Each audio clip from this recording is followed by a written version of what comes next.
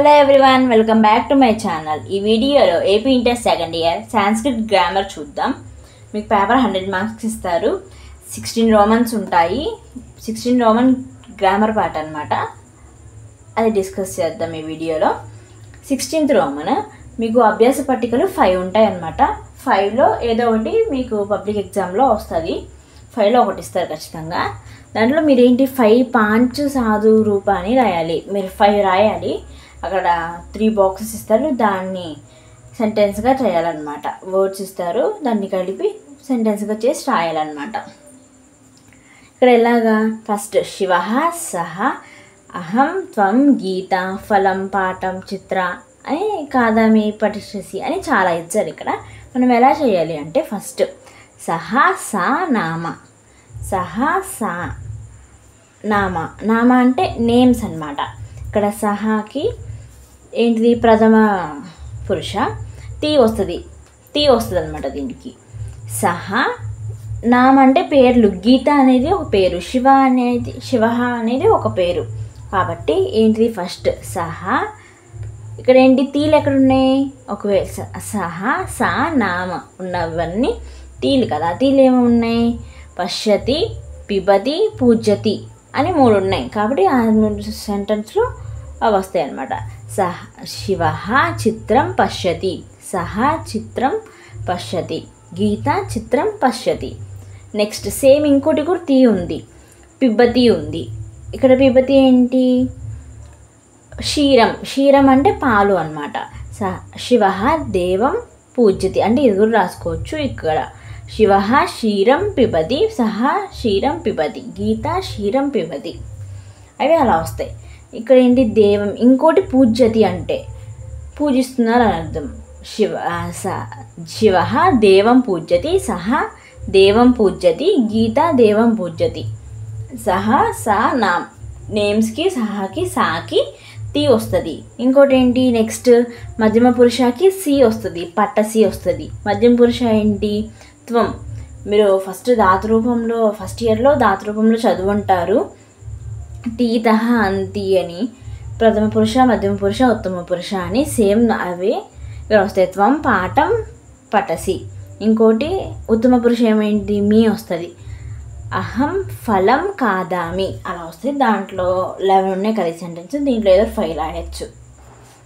మీరు ప్రథమ పురుష నుంచి తీ రాయొచ్చు. నెక్స్ట్ అభ్యాస పట్టిక 2 అనమాట.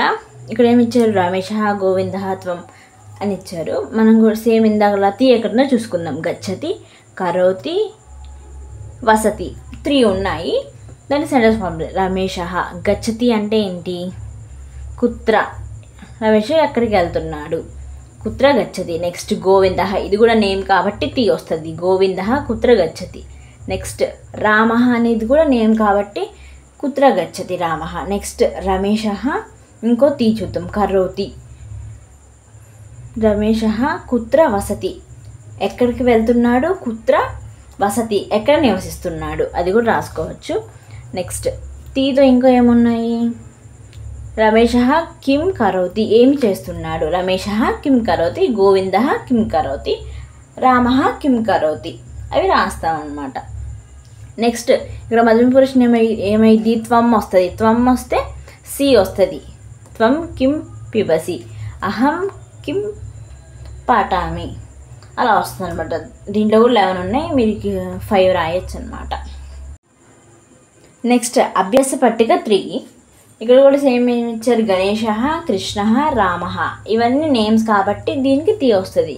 కాదిష్యతి, కరిష్యతి, వరిష్యతి అలా వస్తుంది. నెక్స్ట్ త్వంకి ఏమొస్తుంది, సి వస్తుంది, గమిష్యసి. అహంకి ఏమొస్తుంది, మీ వస్తుంది. అలా మీరు గుర్తుంచుకోవాలి. అహంకి మీ వస్తుంది, నేమ్స్కి ఏమో తీ వస్తుంది, అలా మీరు గుర్తుంచుకోవాలన్నమాట. నెక్స్ట్ గణేశ సత్యం వదిష్యతి, సత్యం పలుకుతున్నాడు, వదిష్యతి అంటే సత్యం చెబుతున్నాడు. కృష్ణ, ఇది కూడా నేమ్ కాబట్టి తీ వస్తుంది. రామ సత్యం వదిష్యతి. నెక్స్ట్ గణేశ ఫలం కాదిష్యతి, తీ వచ్చింది కాబట్టి నేమ్ వస్తుంది. కృష్ణ ఫలం కాదిష్యతి, రామ ఫలం కాదిష్యతి. నెక్స్ట్ త్వం వచ్చినప్పుడు గమిష్యసి కాబట్టి త్వం గ్రామం గమిష్యసి. నెక్స్ట్ అహం పాఠం పఠిష్యామి, ఇక్కడ ఉత్తమ పురుష కాబట్టి అహంకి మీ వచ్చింది, ఇక్కడ మధ్యమ పురుష కాబట్టి త్వంకి సి వచ్చింది. నెక్స్ట్ అభ్యాస పట్టిక 4 వయం యూయం తే తహ దేవం. ఇక్కడ సెంటెన్స్ మారుతుంది అనమాట.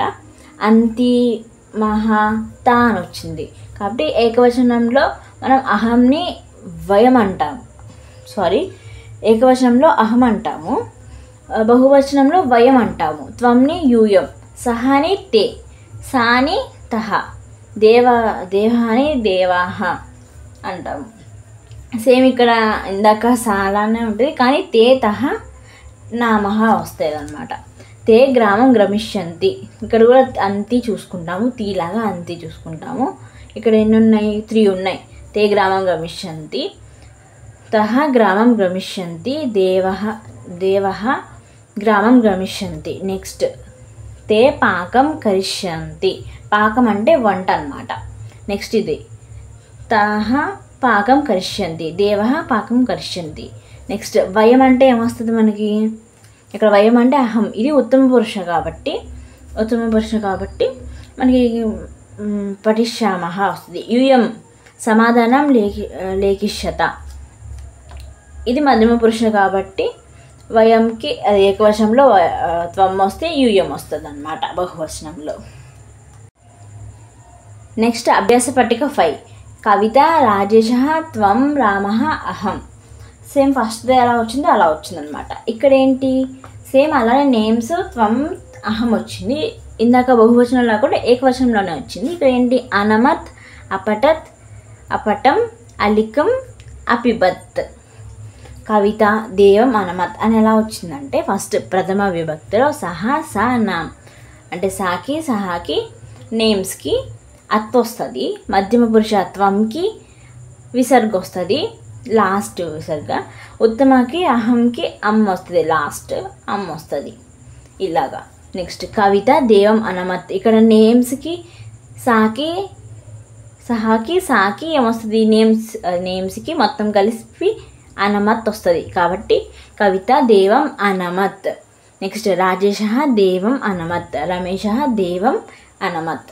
నెక్స్ట్ కవిత పాఠం అపఠత్, రాజేశ పాఠం అపఠత్, రామః పాఠం అపఠత్. త్వం క్షీరం అపిబః. ఇది ఏంటిది? త్వం క్షీరం అపిబః. ఇక్కడ త్వంకి మధ్యమ పురుషకి హమ్ వచ్చింది, అపిబః. నెక్స్ట్ అహం పాఠం అపఠం, మా వచ్చింది. మా అనేది ఎక్కడ 2 times రిపీట్ అయింది. అపఠం అలికం. అహం పాఠం అపఠం, అహం ఉత్తరం అలికం. ఇక్కడ అమ్మ వచ్చింది కాబట్టి ఉత్తమ పురుష దీంతో ఎండ్ అయింది, అమ్మతో ఎండ్ అయింది. అంటే ఇది 16th రోమన్ అనమాట. 5 ఉన్నాయి, ఈజీగానే ఉంటాయి. ఒకసారి చూసుకోండి దేనికోని.